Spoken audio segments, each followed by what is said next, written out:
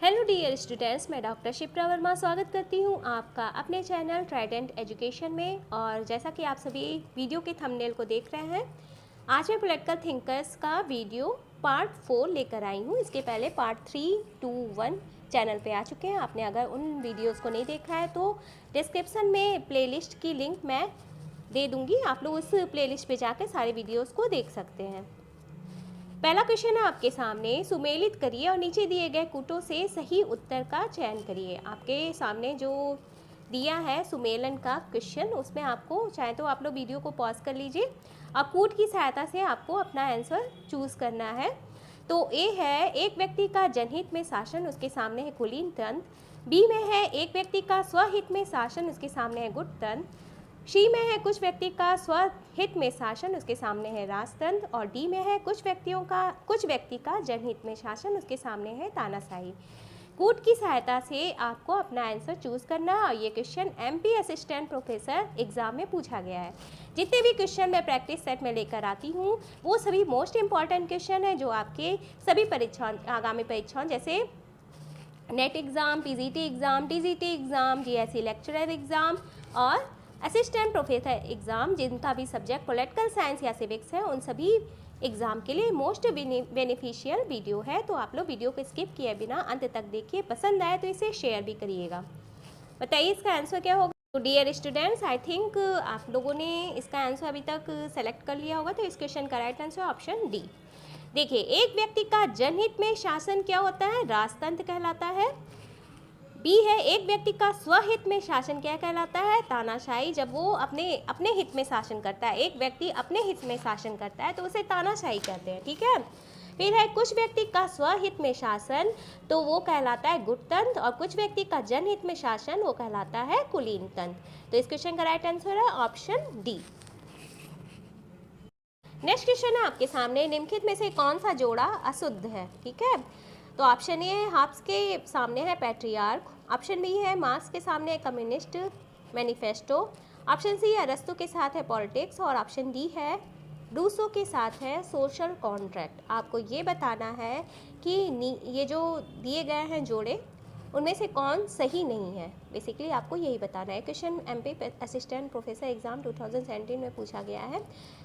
सारे question most important हैं, तो स्किप किए बिना वीडियो को अंत तक देखिएगा, लाइक करिएगा अगर वीडियो पसंद आ रहा है, ज़्यादा से ज़्यादा शेयर जरूर से कर दीजिएगा व्हाट्सएप ग्रुप, फेसबुक ग्रुप और टेलीग्राम ग्रुप के माध्यम से, ताकि अधिक से अधिक स्टूडेंट्स तक ये वीडियोस पहुंच सके। चैनल पे नए आए तो प्लीज़ सब्सक्राइब द चैनल और नोटिफिकेशन बेल को ऑल की सेटिंग पे सेट कर दीजिएगा, ताकि मेरे आने वाले सही वीडियो की नोटिफिकेशन आपको मिल सके। तो इस क्वेश्चन का right answer option A, halves का संबंध पैट्रियार्क से नहीं है, क्योंकि पैट्रियार्क और the natural power of Kings 1680 ये अंग्रेज दार्शनिक रॉबर्ट फिल्मर द्वारा लिखित पुस्तक का नाम है। इसका अर्थ क्या हुआ? पैट्रियार्क किसकी बुक है? अंग्रेज दार्शनिक रॉबर्ट फिल्मर की। और इस बुक में इन्होंने राजा के दैवी अधिकारों के सिद्धांत का समर्थन किया है तथा यह भी बताया है कि सभी आधुनिक समाज के राजा आदम की वंशावलियां हैं। तो इस क्वेश्चन का राइट आंसर हो जाएगा ऑप्शन ए। डियर स्टूडेंट्स, ये मेरा ट्राइडेंट एजुकेशन नाम का टेलीग्राम चैनल है। इसमें आपको मेरी जितने भी वीडियो हैं उनका फ्री पीडीएफ मिल जाएगा। तो इसके आप लोग ज्वाइन कर सकते हैं। इसका लिंक मैं इस वीडियो के डिस्क्रिप्शन में प्रोवाइड कर दूंगी, या फिर आप लोग Trident education Shipra Verma type करके टेलीग्राम के सर्च बार में सर्च करिएगा तो आपको मेरा टेलीग्राम चैनल मिल जाएगा। तो इसको ज्वाइन जरूर से कर दीजिएगा फ्री पीडीएफ के लिए। ये मेरा इंस्टा की आईडी है, आप लोग ट्राइडेंट एजुकेशन नाम से सर्च करिएगा तो आप मुझे इंस्टा पे फॉलो कर सकते हैं और वहाँ पे आप मुझे अपने क्वेरीज भेज सकते हैं। ठीक है, चलिए देखते हैं नेक्स्ट क्वेश्चन। नेक्स्ट क्वेश्चन है आपके सामने, रूसो को संप्रभुता के किस सिद्धांत का जनक माना जाता है? आपके ऑप्शन ए मर्यादित संप्रभुता, ऑप्शन बी अमर्यादित संप्रभुता, ऑप्शन सी लोकप्रिय संप्रभुता और ऑप्शन डी वैधानिक संप्रभुता। आई थिंक कि इसका आंसर तो सभी को पता होगा। ठीक है, तो इस क्वेश्चन का राइट आंसर ऑप्शन सी लोकप्रिय संप्रभुता। देखिए, इसका थोड़ा सा मैं आपको डिटेल दे देती हूँ। रूसो को लोकप्रिय संप्रभुता यानी पॉपुलर सॉवरेंटी का जनक माना जाता है। रूसो की संप्रभुता असीमित, अदेय, अविभाज्य व कभी त्रुटि न करने वाली संस्था है। रूसो ने संप्रभुता के लिए सामान्य इच्छा यानी जनरल विल शब्द का प्रयोग किया है और सामान्य इच्छा का अभिप्राय सभी की इच्छा नहीं वरन सभी के कल्याण की इच्छा है और यह एक आदर्शवादी व गुणात्मक संकल्पना है। क्वेश्चन है आपके सामने, कौन सा विचारक यह मानता है कि राजा पृथ्वी पर ईश्वर का अवतरण है? आपके ऑप्शन है Plato, option B Machiavelli, option C Hegel और ऑप्शन डी टी.एच. ग्रीन। ये क्वेश्चन भी काफ़ी इजी है, बहुत बार पूछा गया है, बहुत सारे एग्जाम में ये क्वेश्चन पूछा जा चुका है। तो इस क्वेश्चन का right answer option C Hegel. देखिए हीगल क्या थे? हीगल एक आदर्शवादी विचारक थे जो कि जर्मनी से बिलोंग करते थे। तो ये भी पूछा जा सकता है आपसे क्वेश्चन बना के कि हीगल कैसे विचारक थे, तो आपका आंसर हो जाएगा आदर्शवादी। ये कहाँ के विचारक थे? ये जर्मनी के विचारक थे। इनका कहना था कि राज्य पृथ्वी पर ईश्वर का अवतरण है और हीगल का यह मानना था कि राज्य की जो प्रकृति है वो ऑर्गेनिक है, ठीक है, यानी आंगिक है और राज्य एक नैतिक संकल्पना है। पर राज्य का जो बेसिक जो वर्क है, जो मूल कार्य है, वो है नागरिक समाज को नैतिक निर्देश देना।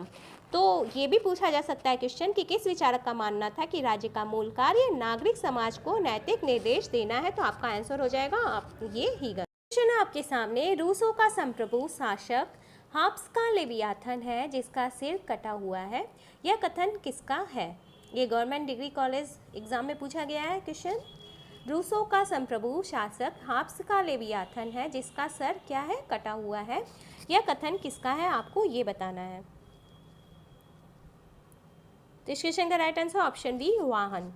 वाहन का यह कथन है कि रूसो का संप्रभु हाब्स का लेवियाथन है जिसका सिर कटा हुआ है। रूसो की बुक का नाम क्या था? Social contract. इसमें सिर कटे लेवियाथन का चित्र है जिसका अर्थ होता है संप्रभुता एक व्यक्ति में न होकर समस्त समुदाय में निहित होती है। चलिए देखते हैं नेक्स्ट क्वेश्चन है आपके सामने। ये क्वेश्चन है कथन और कारण का, ठीक है, असर्शन और रीजन का क्वेश्चन है। अभिकथन है अरस्तु दास्ता का औचित्य सिद्ध करता है और कारण है दास्ता मालिक तथा दास दोनों के लिए उपयोगी है। आपको कूट की सहायता से अपना आंसर चूज करना है। तो पहला जो ऑप्शन है वो है ए और आर दोनों सही है तथा आर ए का सही स्पष्टीकरण है। ऑप्शन बी है ए और आर दोनों सही है लेकिन आर ए की सही व्याख्या नहीं करता है। ऑप्शन सी है ए सही है लेकिन आर गलत है और ऑप्शन डी है ए गलत है लेकिन आर सही है। आप लोग चाहें तो वीडियो को पॉज भी कर सकते हैं। अपना राइट आंसर मुझे कमेंट बॉक्स में जोर से दिया करिए। जैसे ही मैं आंसर कमेंट करती हूँ आप लोग भी अपना आंसर कमेंट किया करिए, ठीक है। तो इस क्वेश्चन का राइट आंसर है ऑप्शन ए, यानी ए तथा आर दोनों सही हैं तथा आर ए की सही व्याख्या करता है। क्यों करता है? क्योंकि अरस्तु दास्ता को औचित्य सिद्ध करता था, ये तो सही बात है, वो करता था ऐसा। और दास्ता मालिक तथा दास दोनों के लिए उपयोगी है, ये भी अरस्तु का मानना था। तो इस तरह से इस क्वेश्चन का right answer option A. Next question है आपके सामने, राज्य व्यक्ति का विराट रूप है, यह कथन किसका है? Question government degree college exam जो कि 2019 में हुआ था 3 नवंबर को, इसमें पूछा गया है राज्य व्यक्ति का विराट रूप है, यह कथन किसका है? आपके option A Plato, option B अरस्तु, option C Machiavelli, option D सोलह। ये शायद मिसप्रिंट है। देखिए राज्य व्यक्ति का विराट रूप है, यह कथन किसका है? तो इस क्वेश्चन का राइट आंसर ऑप्शन ए प्लेटो। प्लेटो का यह मानना था कि राज्य व्यक्ति का विराट रूप है और ये भी प्लेटो कहते थे कि राज्य का निर्माण ओक या सहतूत के वृक्ष से नहीं हुआ है बल्कि उसमें रहने वाले व्यक्तियों के चरित्र से होता है, जो कि प्लेटो के आदर्श राज्य के वर्णन में मिलता है। तो ये क्वेश्चन, ये फैक्ट भी आप लोग अपने दिमाग में बैठा लीजिए। प्लेटो ने अपने आदर्श राज्य के वर्णन में यह कहा है कि राज्य की उत्पत्ति, राज्य का निर्माण ओक या सहतूत के वृक्ष से नहीं बल्कि उसमें रहने वाले व्यक्तियों के चरित्र से होता है। तो ये कथन भी प्लेटो का है, ठीक है। चलिए देखते हैं नेक्स्ट क्वेश्चन है आपके सामने। प्लेटो के अनुसार राज्य का निम्नतर रूप कौन सा है? आपके ऑप्शन ए लोकतंत्र, ऑप्शन बी अल्पतंत्र, ऑप्शन सी तानाशाही, ऑप्शन डी महाजन तंत्र। प्लेटो के अनुसार राज्य का निम्नतर रूप कौन सा है, आपको ये बताना है। तो इस क्वेश्चन का राइट आंसर ऑप्शन ए लोकतंत्र। देखिए प्लेटो ने रिपब्लिक और स्टेट्समैन नामक जो पुस्तक लिखी थी इसमें राज्य का वर्गीकरण किया था, और किंतु स्टेट्समैन जो उनकी बुक थी उसमें जो वर्गीकरण किया गया था वो रिपब्लिक की तुलना में अधिक व्यवस्थित और विस्तृत था, ठीक है। प्लेटो ने स्टेट्समैन में जो वर्गीकरण किया था वो 2 आधार पर किया था। पहला आधार था प्रचलित व्यवस्था के आधार पर, जिसमें राज्य 6 प्रकार के बताए गए हैं, और दूसरा वर्गीकरण था प्लेटो का मौलिक वर्गीकरण। ठीक है, और इसमें राज्य के 7 प्रकार बताए गए हैं। तो मौलिक वर्गीकरण में राज्य था, जिसमें एक आदर्श राज्य था, एक जो उसका राज्य का विभाजन किया गया था 2 पार्ट में किया गया था, आदर्श राज्य में और वास्तविक राज्य में। फिर वास्तविक राज्य भी 2 भाग में डिवाइड था, कानून प्रशासित राज्य और स्वेच्छाचारी राज्य। जो कानून प्रशासित राज्य था उसमें जो शासक वर्ग थे वो राजतंत्र थे, कुलीन तंत्र थे और लोकतंत्र थे। लेकिन जो स्वेच्छाचारी राज्य था उसमें जो शासक वर्ग थे वो आततायी तंत्र थे, धनिक तंत्र थे और अतिवादी लोकतंत्र थे। तो प्लेटो ने कानून द्वारा शासित राज्यों में राजतंत्र को सर्वश्रेष्ठ और लोकतंत्र को निम्नतर राज्य स्वीकार किया था। आई होप आपका कॉन्सेप्ट क्लियर हो गया होगा। क्वेश्चन है आपके सामने, प्लेटो की विचारधारा के संदर्भ में निम्नलिखित में से कौन सा कथन असत्य है? आपके ऑप्शन है, ऑप्शन ए कार्यों का विभाजन अभिव्यक्ति के अंतर पर निर्भर नहीं होता, ऑप्शन बी है राज्य को व्यक्तियों का बृहत रूप माना जाता है, ऑप्शन सी एथेंस की महिलाओं को राजनीति में भाग लेने की अनुमति नहीं थी, और ऑप्शन डी है राजनीतिज्ञों की अनभिज्ञता और अक्षमता लोकतंत्र का कारण है। आपको ये बताना है कि प्लेटो के संदर्भ में जो प्लेटो की विचारधारा थी तो उसमें ऑप्शन के हिसाब से कौन सा जो कथन है विचारधारा के संदर्भ में वो गलत है। आप लोग क्वेश्चन को समझने के लिए वीडियो को पॉज भी कर सकते हैं, यानी वीडियो को रोक लीजिए और पहले क्वेश्चन को समझ लीजिए, फिर अपना आंसर कमेंट किया करिए। इसे आप लोग क्विज के रूप में लीजिए, ठीक है। क्विज के रूप में लेंगे तो आप में कॉन्फिडेंस डेवलप होगा, जिससे आप जो परीक्षा देंगे तो परीक्षा देते समय यही कॉन्फिडेंस जो आपका डेवलप होगा वो आपके बहुत काम आएगा। तो इस क्वेश्चन का राइट आंसर है ऑप्शन ए, कार्यों का विभाजन अभिव्यक्ति के अंतर पर निर्भर नहीं होता है।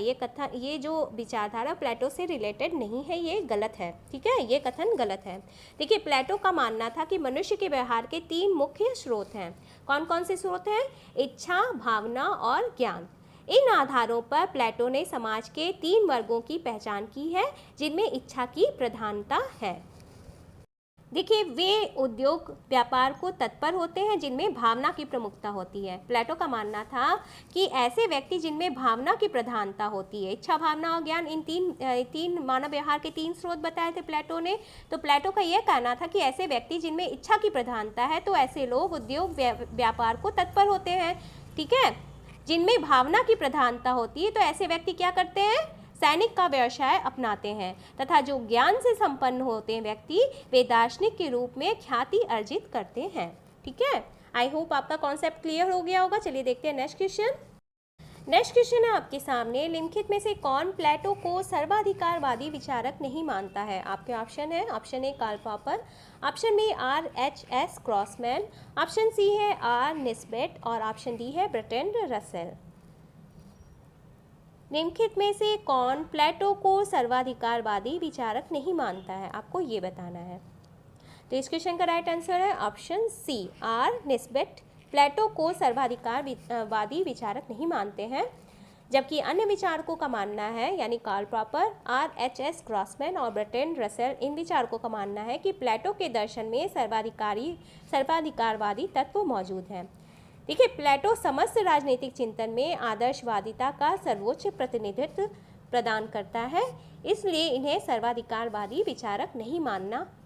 इनका ये R.S. निस्बेट इसीलिए प्लेटो को सर्वाधिकारवादी विचारक नहीं मानते थे, ठीक है। चलिए देखते हैं नेक्स्ट क्वेश्चन। क्वेश्चन है, इनके ग्रंथों में से प्लेटो किसके लेखक थे? आपके option A politics, option B Leviathan, option C Republic, option D the Prince और option E Groundwork of the Metaphysics of Morals. तो इस क्वेश्चन का right answer option C Republic. ये क्वेश्चन तो बहुत इजी था। रिपब्लिक नामक ग्रंथ प्लेटो का है और पॉलिटिक्स अरस्तु की रचना है। लेवियाथन हॉब्स की रचना है। द प्रिंस मैकियावेली की रचना है। और प्लेटो की प्रमुख कृतियों में संवाद नामक विशेष मतलब जो प्लेटो की कृतियां में संवाद के रूप में वर्णन किया गया है। और प्लेटो ने 35 संवादों की रचना की है। ये एक तरह से संवाद के रूप में है और प्लेटो ने 35 संवादों की रचना की है।